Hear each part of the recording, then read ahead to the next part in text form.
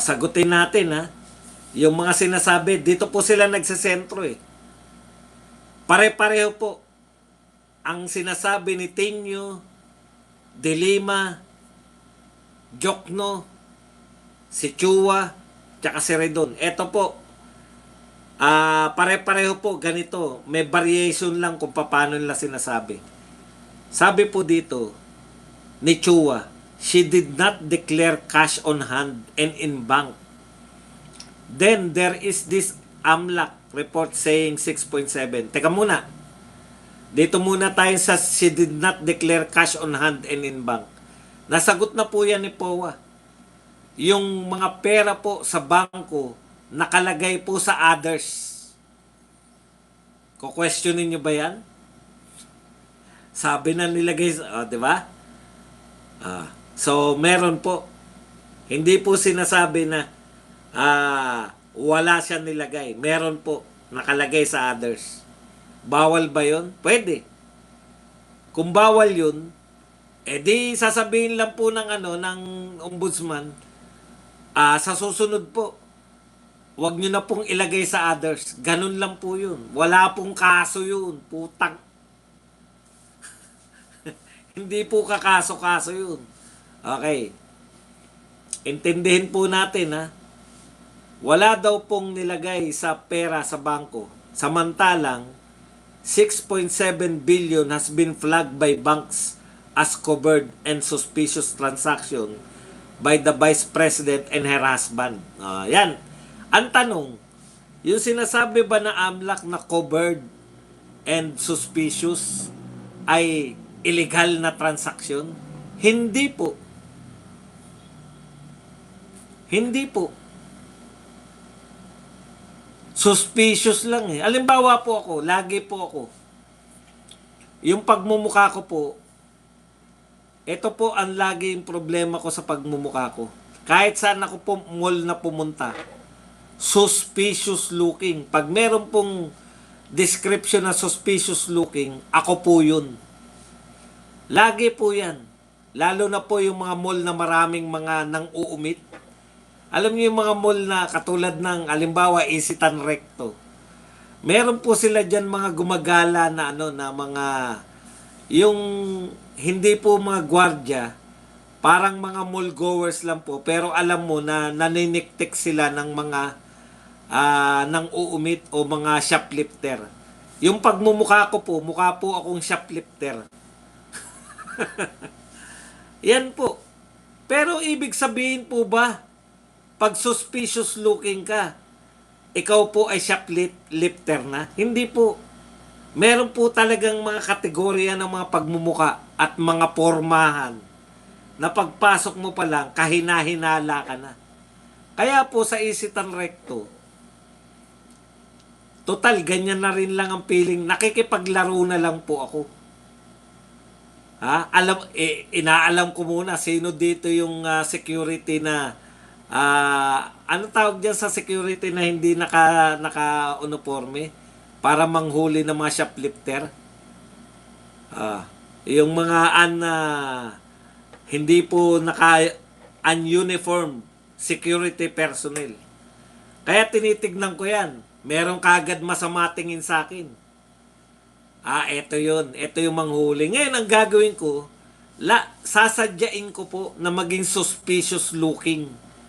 Yung kunwari, titingin-tingin akong ganyan, tapos titingin ako ng mga maliliit na bagay, tapos titingin uli. Alam niyo yun? Puta, lagi nyo na lang ako pinaginalaan, paglaruan ko na lang kayo. Pag nagpapalipas po ako ng oras, may kinakailangan po akong oras na hintayin, naiinip ako eh. So pinaglalaroan ko yan. Hanggang sa lalabas na po ako, nakasilip po sa mga bag ko na kunwari may nilagay ako. Yun po. Hindi po ibig sabihin na shoplifter ka kung suspicious looking ka. Yan lang po yung ibig sabihin ng AMLAC. Okay, ang definition po nila niyan, lahat po ng 500,000 na transaction, wala pong pinipili. Once ng 500, hindi ko sinasabing nagbigay lang po ako sa inyo ng halimbawa, no, ng suspicious at totoong shoplifter. So may suspicious looking pero may totoong shoplifter. Okay? Iba po yung suspicious ka lang. Ako nga nananadya pera biro, ginagawa ko po yan. May mga pagpapasaya ko na sarili ko lang yung nakakaunawa kung bakit ako masaya.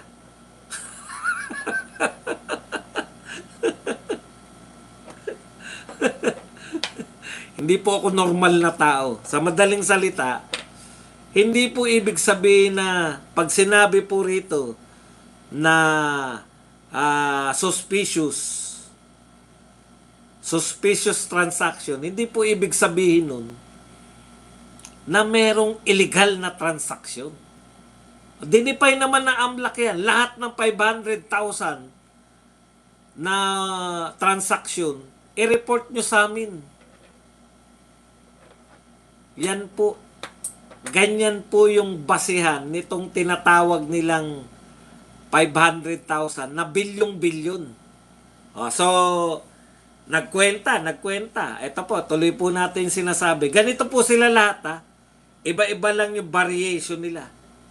Pero dyan po sila sumisentro. May bilyon na pumasok, may bilyon na lumabas, may bilyon pang natitira.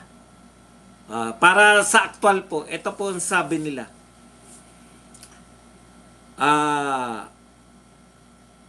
Then there is this AMLAC report saying 6.7 billion had been flagged by banks as covered in suspicious transaction by the Vice President and her husband, lawyer Manasseh Carpio, from 2006 to 2025.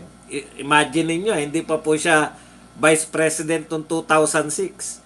Siya po ay Vice Mayor. So, 2 dekada po nilang tinikada. Yun po para makabuo yung 6.7. Kasi po kung ulitin ko po, kung yung panahon lang po na Vice President siya, million lang po ang magiging transaction. Ang pangit naman yun, tatanggalin mo yung Vice President. Bakit po hindi po labag yung million lang? Kasi 88 million yung pera o yung asset na diniklara ni BP Sara. Sa salin niya, 88 million. So kung million lang po yung transaction, wala pong problema.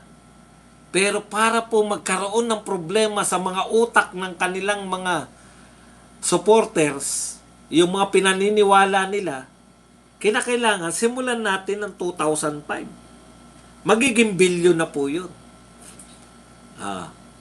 So, tuloy po natin ang kwento. Binibigyan ko lang po kayo ng ideya kung paano po sila magkwento. Out of that amount, the inflow is 4.425 billion. So, ang pumasok daw po mula 2006,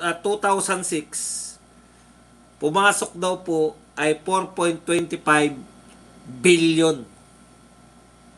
Okay. Pero ang lumabas daw po ay 1.55 billion. So, billion din ang lumabas.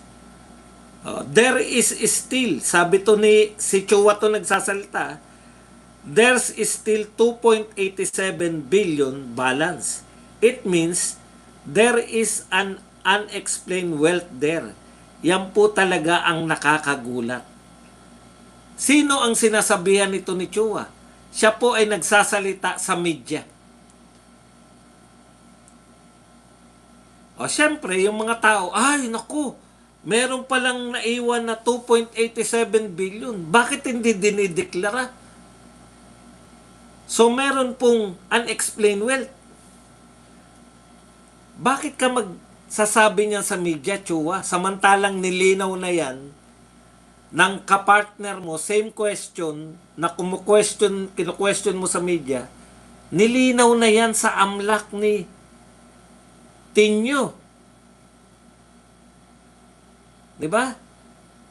Hindi po, wala pong problema kasi sa salin ni BP Sara. May problema po tayo sa paliwanag nila. Samantalang tinanong yan ni Tinyo sa AMLAC kay Bobby. Okay, eto po ang tanong ha. Balik ko lang po. Eto po yung tanong ni Tinyo. Same Analogy, same na problema. Kung i-menos natin yung 4.4 billion na inflow at 1.5 billion na outflow, so roughly, sabi ni Tingyo, may 2.9 billion na natitira. Tama po bang sabihin na dahil mas malaki yung pumasok kaysa lumabas, meron at least 2.9 billion na nanatili pa sa account? Pwede po bang ganun ang interpretasyon? Tinanong niya to kay Bobby sa AMLAC. So tama yung ginawa ni Tingyo. Tinanong niya. Kasi nagugulumihanan siya kunwari eh. Okay. Sumagot naman. Kanino po bang testigo yung AMLAC? Sa atin ba? Hindi. Kanila. Sumagot naman yung AMLAC. Kasi ang gusto nilang palabasin, hindi nilagay ni BP Sara yung 2.9 billion sa kanyang asset sa SALN. So, meron siyang unexplained wealth, katulad ng paliwanag ni Chua. Okay. Ito po ang sagot ni Buenaventura, si Bobby. Maaari po. Maaari rin pong hindi. Durug.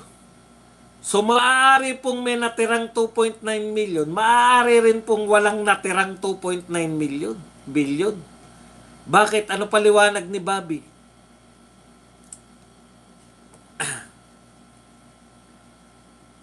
Hindi kasi yun pong reports na ito.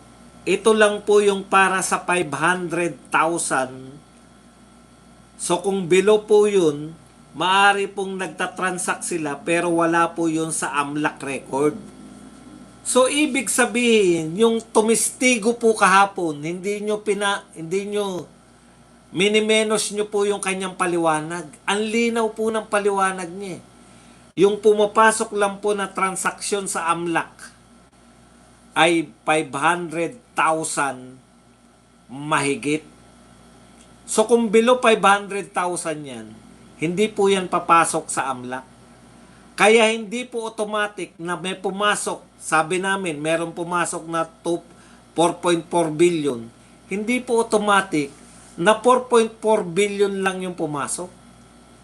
Kasi hindi po counted yung mga pumasok na under 500,000. Hindi rin po uubra na sabihin na ang lumabas ay tanging 2.9 ay 1.5 billion lang. Kasi yung 1.5 billion na nakarecord na lumabas, yun po yung mga lumabas na lagpas ng 500,000. So pati po yung paliwanag ng AMLAC, hindi po nila pinapaliwanag sa tao. Testigo na nila, binabali pa nila. Mahilig talaga. Bendalo na, benda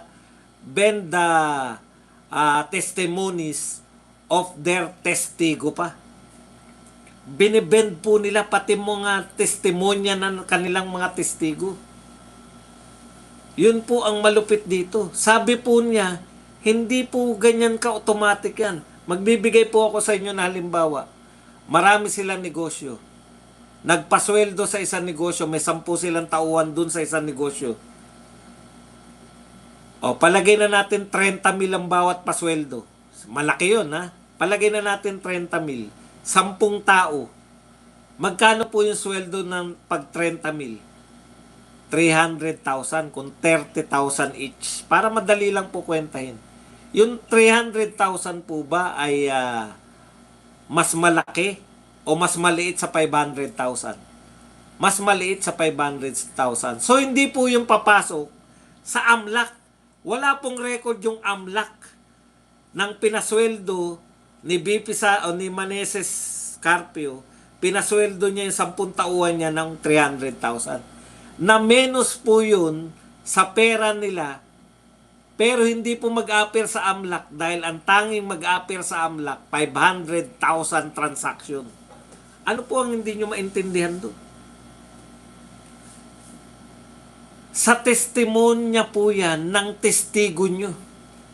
Binabali ninyo pati testimonya ng testigo nyo. So sa madaling salita, AMLAC po ang nagpapatunay na hindi po na wala pong ginawang paglabag sa batas ng salin si BP Sara. Back to square one na kayo. Sino lang po yung hindi yung mapapaniwala nyo? Yung mga kaya nyong linlangin. Pero yung mga Duterte supporters na nakikinig sa mga Duterte vloggers na inuunawa kung ano yung sinabi ng mismong testigo nyo,